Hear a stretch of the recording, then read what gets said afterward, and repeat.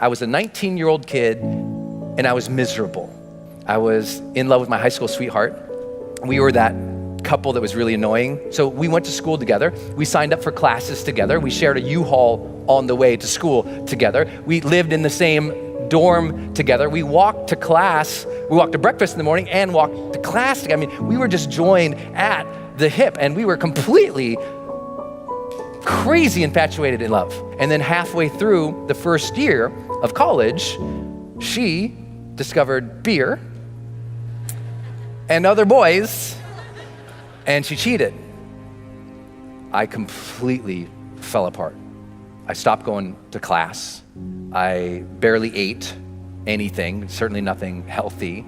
I stopped studying. I just stopped caring about the world.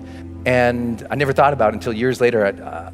Reading changed my life because I was still reading. It was one thing that's brought me through everything. And I happened to pick up the school newspaper and I opened it up and there was this full page ad. It was this perfect white sandy beach, turquoise water, big green palm tree. And across the top of the ad, it said, escape.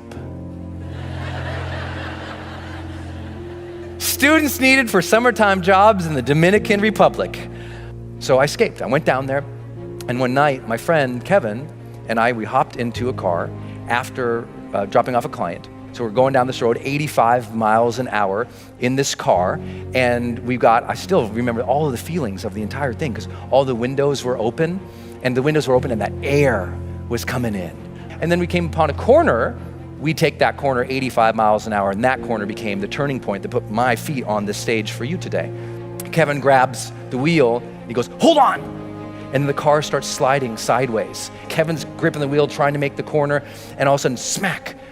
When I came to, I looked over, and Kevin is screaming at the top of his lungs, get out of the car, Brendan, get out of the car! And I look over, and a whole big chunk of his head is open. So I pull myself out of the windshield of this car, and he's screaming over here, and I stand up eventually on the hood of the car, and I look, and I notice all this blood on me, and I remember just looking down, and that slow motion thing's happening. I just thought, did I even matter? And I start seeing all these images of my life when I'm surrounded by people that I care for. There's a cake in front of me. Here's my friends singing, my mom leading them in that goofy song. There's my sister just swinging and smiling right next to me. And it makes you wonder, did I love? Did I love openly and honestly and completely? Or did I hold back because that one time I got hurt? And just as I was about to pass out, I noticed a glint, like a sparkle, something shining, a reflection in the blood going off the hood of the car, and it made me look up. And there was this bright, big, beautiful moon that night. And I felt like the big guy upstairs reached down to me and handed me life's golden ticket. He reached down and said, here you go, kid. You're still alive. You can still love and matter. But now you know the clock is ticking. Mortality, motivation. I got it as a 19-year-old kid. People say, why are you so successful? I'm like, I got mortality motivation when I was 19. That's a blessing. Most people don't get that till they're 60. Don't worry, Kevin and I, we both survived. See, I'm still here. It's okay.